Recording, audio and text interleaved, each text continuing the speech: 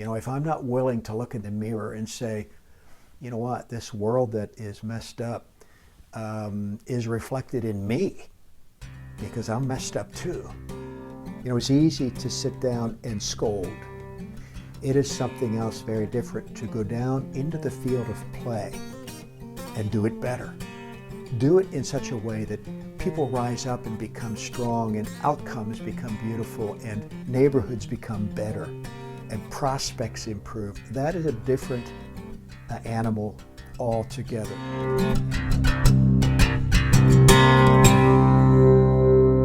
Hi, I'm John Stallworth, and I'm on a mission to encourage and strengthen leaders around the world who are committed to become as effective and as impactful as they possibly can in making the world better through leadership. Last week, when I began these podcasts, I answered a question: why am I doing this? And I said I'm doing this because our world desperately needs better leaders. I want to tell you a bit of a story during our time today, taking you back over the arc of my life and how I arrived at the conclusion that of all of the things we might leaning into the work of improving our leadership is high impact work. When I was a young man, and now I'm going to go back to the 70s when I was in my late teens, I became committed to a view of the world that was shaped by Marxism. I grew quite a library. 17, 18, 19 years old, I attended study groups throughout Washington, D.C., where I was living at the time, and I became devoted to the critique and to the recommendations that grew out of Marxist studies, reading Lenin, reading Marx, reading many of the lesser theorists who talked about making the world better. In fact, early in my marriage, my wife and I lived in what was then Marxist Czechoslovakia. And the reason this mattered to me a great deal is that I was acutely interested in improving the living conditions of men, women, boys, and girls around the world. In those years, I put my money where my mouth was. Not only reading, thinking, discussing, going to rallies, and the sort of thing one would expect, but volunteering and getting engaged in concrete projects to help things be better. Working with organizations like the National Moratorium on Prison Construction. And I spent an special amount of time in that part of my life with an organization called the Center for Creative Nonviolence in Washington, D.C., which we would have contemporary examples similar to where a man named Mitch Snyder was working hard to alleviate the suffering of people. And I volunteered with him day after day, night after night, renovating buildings. Many times it was just Mitch on the project and me working away. And eventually Mitch Snyder tragically took his own life some years after I knew him, in the despair of working so hard to improve things and finding that his labors didn't lead anywhere and didn't change things. Well, fast forward. My commitment to Marxism then, which, by the way, I could not be more committed against today, was not ideological. These ideas were not things I was married to because I thought they were precious. I was committed to making the world a better place. I was committed to alleviating suffering.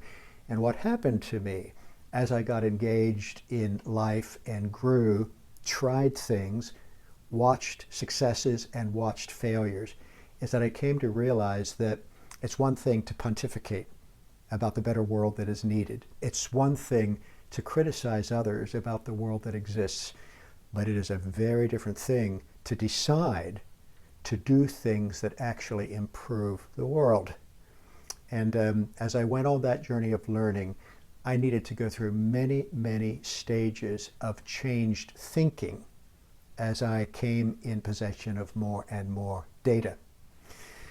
I had a mentor when I was a young man, and his name was Nelson Good, today the late Nelson Good. And Nelson introduced me to servant leadership back the year that a famous book came out by Robert Greenleaf called The Leader as Servant. And I spent a year under Nelson's teaching, and Nelson said, every one of us has to make a decision whether we are going to deploy our lives in opposition to the world, picketing, protesting, tearing down, or as reformers in the world, looking at things that aren't good and renovating them so that they can be better, or innovators in the world, observing ways of living, being, relating, creating value that don't yet exist, but need to.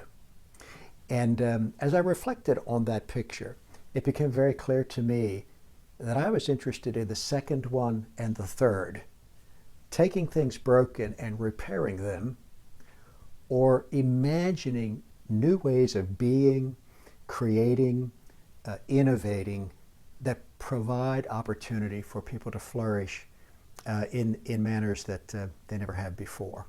And out of that framework, I became an entrepreneur, building organizations like the Pittsburgh Urban Leadership Service Experience, POS, or Amachi Pittsburgh, or City as Parish, or the Union Project, and others, seeing opportunity to do new things that produce value, raise up the well-being of people, and contribute to a better world.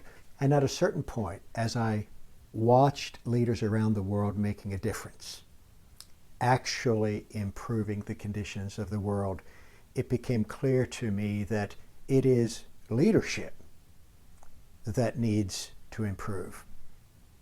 And then a time came, as I continued to observe, test myself, put my own skin in the game, try to do things that mattered, and quite frankly, watched how difficult that is.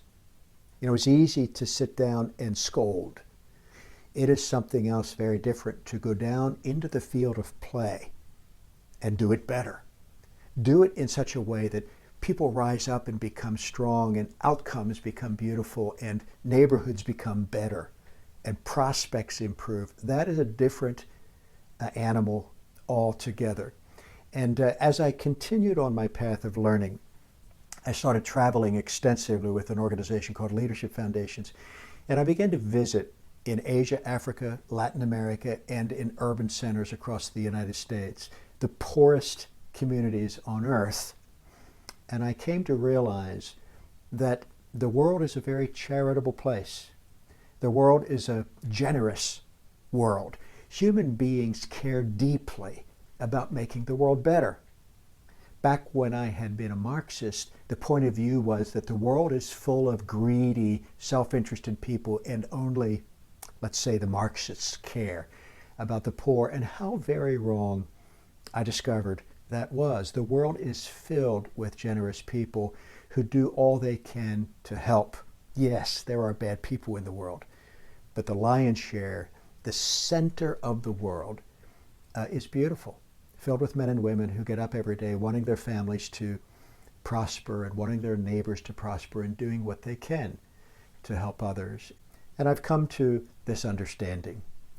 The world is desperately in need of better leaders. So if the world needs better leaders, I only know of one way that the world will get those leaders, one surefire way, and it is this. You and I make the decision to become one.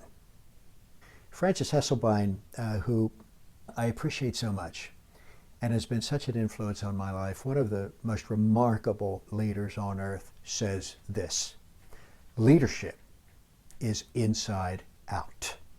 And what she means by that is it begins inside you, it begins inside me. Now that's the difficult path. It begins here where I have to get better. It begins here where I have to take better stock of the outcomes of my good intentions. Oh, I want the world to be fantastic, and I want this project to really, really be good, and I want my company to succeed, and I want this nonprofit organization to change the conditions for people suffering addiction, and on and on and on. That's what I want. I'm a good person. I want those good things. I have to take stock of whether what I'm doing makes any difference. And then I've got to put myself at the feet of masters who have learned how to be more impactful, and I've got to learn from them. And I've got to deal with my ego. You know, if I'm not willing to look in the mirror and say, you know what, this world that is messed up is reflected in me because I'm messed up too. You know, we have to deal with our ego. We have to be able to give ourselves some truth-telling so that we become part of the change and solution process and don't just throw spitballs at a very damaged world. Very little has changed for me in the last 45 years in terms of what I care about. I care about the poor. I care about the suffering. I care about those who are treated so unjustly. What has changed is me. I understand that I need to contribute to that. I need to struggle in doing my part. I need to encourage others to contribute to that. And fundamentally, I need to make the decision to grow my leadership capacity. I'm over the moon every day as I get exposed to leaders around the world who get up every day early, work late, take responsibility, could complain a lot. In fact, fight complaint in their own soul, in their own mind, in their own heart every day, but overcome it every day in favor of action, in favor of doing things that will contribute. Bear the weight and the responsibility. We are called to serve the world. We are called to love the world. What's the pathway to that? We make the decision day by day to be available for the learning, the change, the improvement that is required of us so that our lives, day by day, year by year, can bear more and more good fruit in service to others. So, here is my purpose for you today.